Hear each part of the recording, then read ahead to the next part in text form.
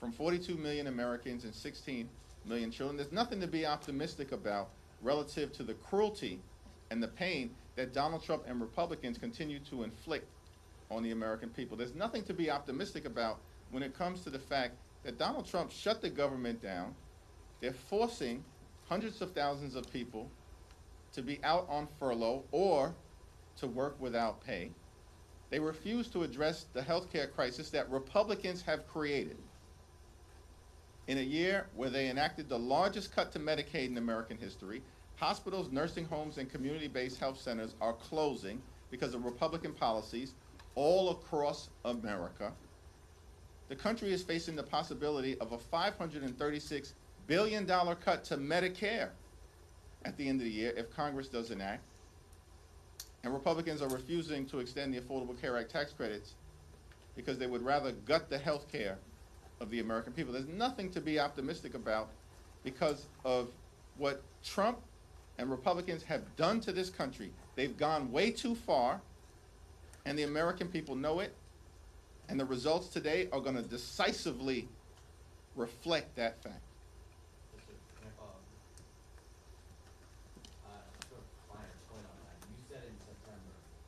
Any agreement related to protecting the health care of the American people has to be ironclad in legislation. It does not sound like whatever agreement comes out of the Senate will be in legislation. Will you accept something that is a handshake deal? It's the same answer that I just gave. I know that a filibuster is a Senate mechanism, but President Trump has repeatedly, recently has this morning called for Senate Republicans to abolish the filibuster, pass the CR with a simple majority, and also a host of other Republican priorities. You criticized him for not inviting the legislative leaders to the White House to negotiate. What are your thoughts about him continuing to call for the abolishment of the filibuster within the context of his unwillingness to negotiate? Does that indicate to you that he has no interest in sitting down with not only his legislative leaders, but you and Leader Schumer? Well, Donald Trump has taken a my way or the highway approach to his presidency from the very beginning, and he's used to Republicans simply bending the knee to him. Because these Republicans on Capitol Hill, on the House side and on the Senate side, they don't work for the American people, they work for Donald Trump. And so he's going to continue to make his position clear until they eventually cave, which is what they always do. Because Republicans in this Congress have been nothing more than a reckless rubber stamp for Donald Trump's extreme agenda.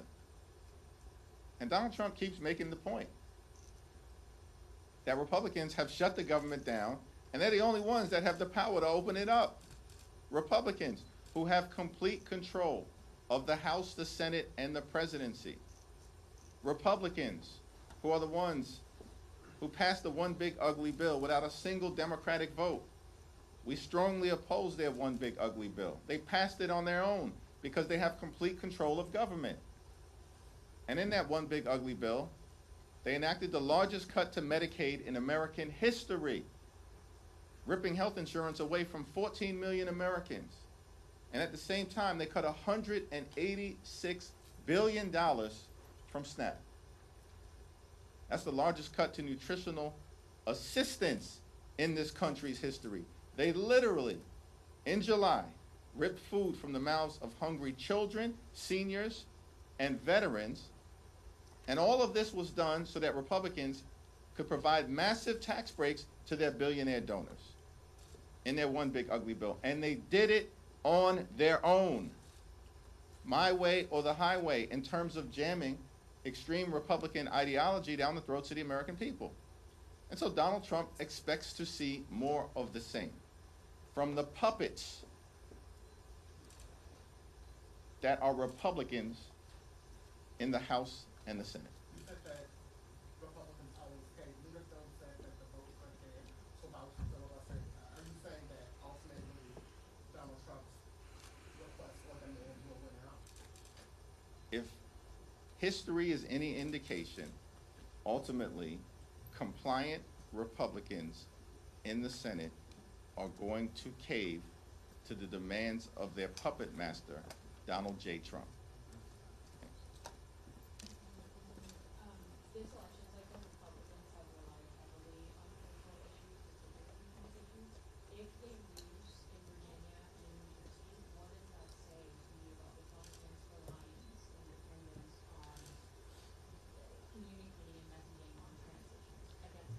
At this point, it's not a question of if Republicans are going to lose.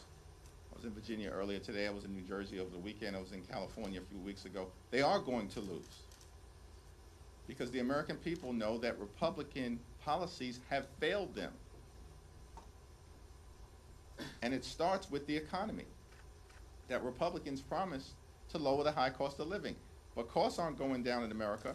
Costs are going up. The cost of living in this country is out of control. And Donald Trump has not done a damn thing to change it.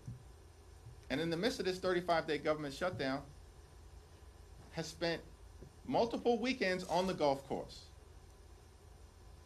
holding let-them-eat-cake type of parties at his luxury resort in South Florida.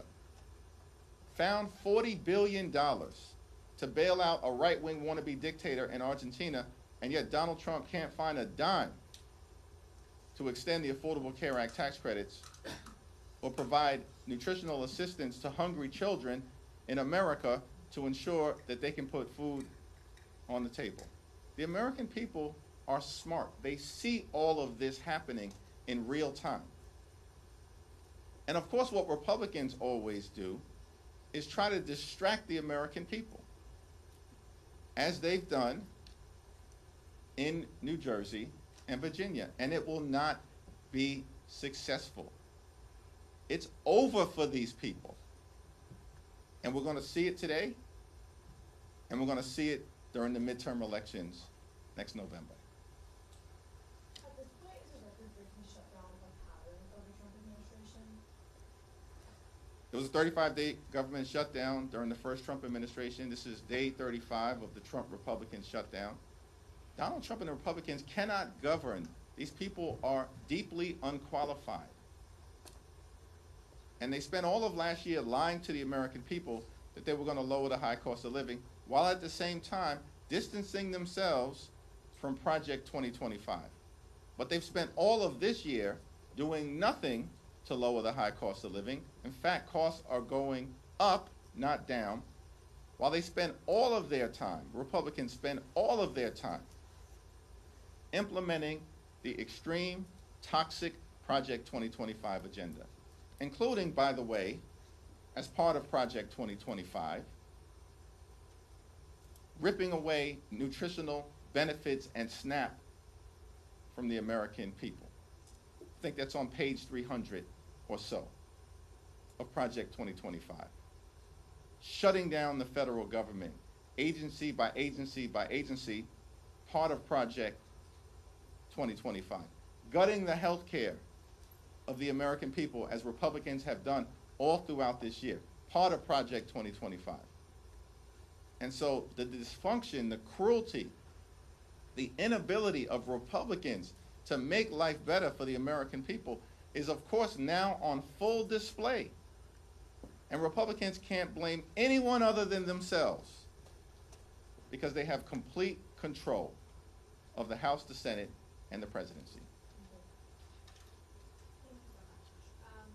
On Sunday, Senator Muir did not agree that Zohran Mamdani was the leader of the Democrat Party.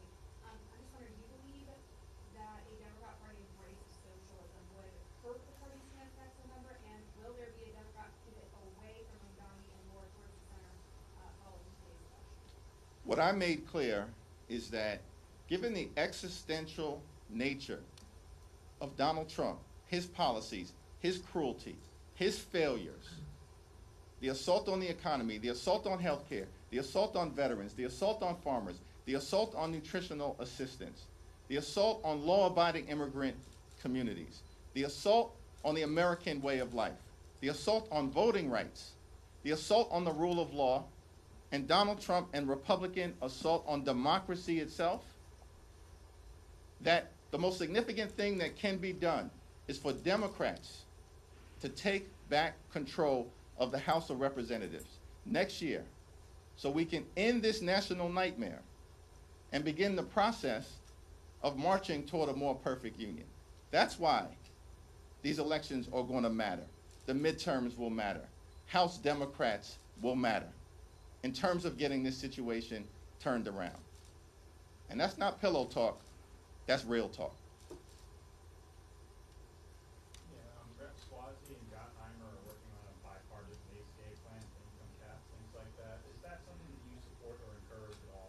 think the conversation that has been led by Tom Suozzi is being done in good faith and is all part of an effort to address the Republican healthcare crisis and to find a bipartisan path forward. But at the end of the day, it's been my view from the very beginning that traditional House Republicans aren't serious about doing anything meaningful, and they never have been. And so while I'm convinced that Tom Suozzi, of course, is a common sense leader, and hopefully the Republicans who are communicating with him will get serious this time. But what we have seen over and over and over again, this happened during the course of the One Big Ugly Bill, they made claims about positions that they were going to take, like never cutting Medicaid or protecting the clean energy tax credits or not ripping nutritional assistance away from children. And then when these so-called traditional conservatives, these swing seat Republicans, were ordered by their boss, Donald Trump, to bend the knee and vote for the One Big Ugly Bill, that's exactly what they did. And so I am hopeful that this time will be different.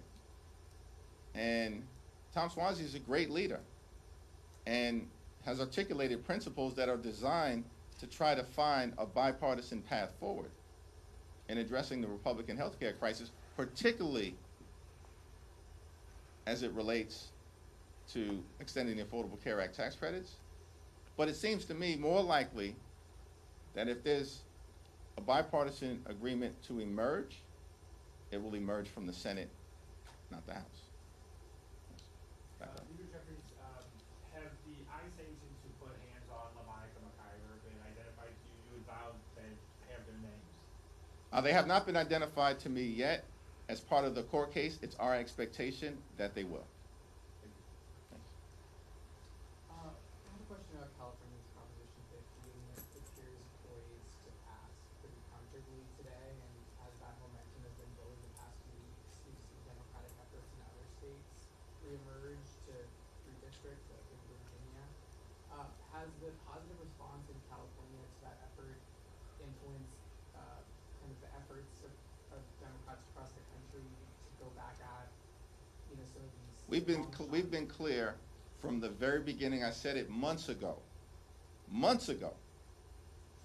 that Democrats would not let Donald Trump and Republicans gerrymander the national congressional map as part of their effort to rig the midterm election. We said it months ago. And that California would be the beginning, but that there would be a decisive Democratic response throughout America, from coast to coast, and at all points in between. And now, the American people can see that we absolutely are determined and committed to a continuing response that is decisive, that is immediate, that is forceful, and that is designed to ensure that there are free and fair elections in this country when it comes to deciding which party should control Congress in 2026. Democrats will not unilaterally disarm. Democrats recognize the moment that we're in, that the pushback will continue to be ongoing and forceful, and we will not allow Donald Trump and his Republican sycophants to undermine a free and fair national congressional map as part of his toxic effort to rig the midterm elections. If I said it, I meant it. Next question. Just back on ACA subsidies, do you believe that you would be able to keep the caucus together on the deal, a bipartisan deal on ACA subsidies if it does not include the permanent exceptions that you originally advocated for? As I've indicated, we are going to evaluate whatever is presented from the Senate if it emerges in good faith and in a bipartisan way. as long as it addresses the Affordable Care Act tax credit issue in some way, shape, or form. We are in open enrollment right now. Tens of millions of Americans are about to experience their premiums, copays, and deductibles skyrocket. It requires action. And what is clear is that Republicans increasingly understand that. Marjorie Taylor Greene for weeks has made that clear. 13 Republicans in the House wrote to Mike Johnson, the Deputy Speaker of the House, because apparently, according to Donald Trump, he's the Speaker of the House of Representatives. And they said that something needs to happen on the Affordable Care Act tax credits. And now we're seeing movement in the Senate, because apparently Senate Republicans recognize that something needs to happen as it relates to extending the Affordable Care Act tax credit. So we'll evaluate any agreement, if an agreement is presented to us, as a caucus, but not before that. Assuming that there is a bipartisan agreement and done for the day, do you believe that President County Council will be able to deliver that on his end? I think that depends on, whether Donald Trump orders him to do it or not. Thank you, Leader. So Congressman Chuy Garcia appears to be retiring, and it also appears that he waited up until the filing deadline to make this decision, thus paving the way for his chief of staff to have an uncontested primary. This is being called a machine tactic by some people in your own party. Do you have an issue with how this was done? I haven't had a conversation to evaluate the process that was utilized or to talk to Representative Garcia, so I'm not going to comment on it until I talk to him directly. Thank you, Mr. Leader. Multiple of your Democratic colleagues have said that they gave their October paycheck to charity or they deferred it completely, and last time we were asked this, you said you made a decision over last weekend. So I just want to ask you again, what did you decide to do with your paycheck from October? Did you not see that I answered that question, or are you just asking me to reiterate my answer? Because I did publicly make clear on Friday to my constituents and publicly that my paycheck has been withheld. Mr. Leader, Secretary Duffy said today that this shutdown drags into next week. There's a possibility that the FAA could be closing parts of U.S. airspace because of the lack of controllers, and then just in the last hour or so there's been a ground stop at Reagan National because of a security threat. How could major aviation issues affect your calculus or anyone's calculus up here when it comes to the shutdown? Well, Duffy needs to start acting like a transportation secretary and stop trying to pretend to be a reality show TV star. Because at the end of the day, it's the Republicans who shut the government down. Donald Trump repeatedly has made that clear. They're the ones who have the power to reopen it. And as Democrats, we've said, this Trump Republican shutdown is causing great harm and pain to the American people, and it does threaten aviation safety. But Donald Trump has spent more time over the last 35 days talking to Hamas and the Chinese Communist Party than he has talking to Democrats on Capitol Hill to reopen the government, Democrats on Capitol Hill who represent half the country. And we continue to be clear. We will sit down with our Republican colleagues anytime, any place, in order to reopen the government, protect the American people, find a bipartisan path forward, and decisively address the Republican health care crisis. Thank you, Mr. Leader. I just wanted to ask when was the last time you spoke to Speaker Johnson about the current shutdown situation, and has the shutdown impacted your relationship with him at all? Do you still have that kind of forward-looking relationship that you said you had in the past? We had a brief conversation last week. Thank you, everyone.